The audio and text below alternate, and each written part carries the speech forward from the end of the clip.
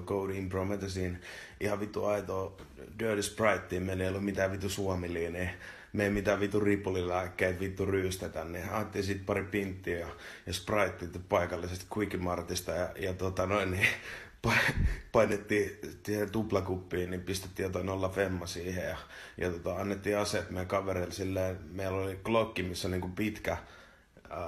niinku pitkä tää rulloclip, tää 30 roundia kiinni siinä klipissä, niin meillä oli pari sellaista ihan varmuudeksi, jos opsit pääsee yllättämään, niin me annettiin ne kaverille, joka oli selvinpäin silleen, kun siinä, jos olette ikin ottanut liiniä, niin te menette vähän zoneihin siinä ja minuutit tuntuu tunnelta, ja jos olette ikin indikaa polttanut, niin 100 kertaa pahempi jummi päällä.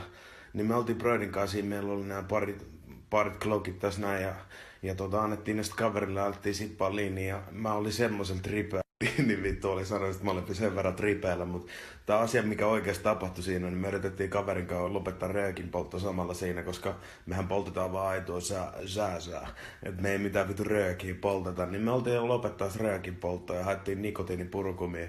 Niin tää kaveri, kenen kanssa me oltiin, niin tää kaveri oli siis ihan seinähullu, ei kukaan se niinku täysjärkinen ihminen muutenkaan mun kanssa vietä aikaa. Eli tää kaveri on siis ihan straight up seinähullu, ja siis oltiin lopettamassa röökin polttoa, meillä oli nikotiinipurkumia, tää kaveri käy hakemaan vesilasi siis, ja mä ajattelin, että okei, että sillä on jano tai jotain, ja uskokaa tai älkää, niin se heittää sen nikotiinipurkumin, avaa se paketti, ja heittää se huiviin, se nikotiinipurkumi, vettä päälle ja nielasee. Vittu nielasee siis nikotiinipurkumin. Ja kattoo mua vittu ihan siis, are you fucking serious in my eye? Kattoo suoraan ja on silleen, että mitä? Ja mä sanoin, että tiedätkö vittu mikä on purukumi? Siinä paketissa lukee vittu lääkepurukumi.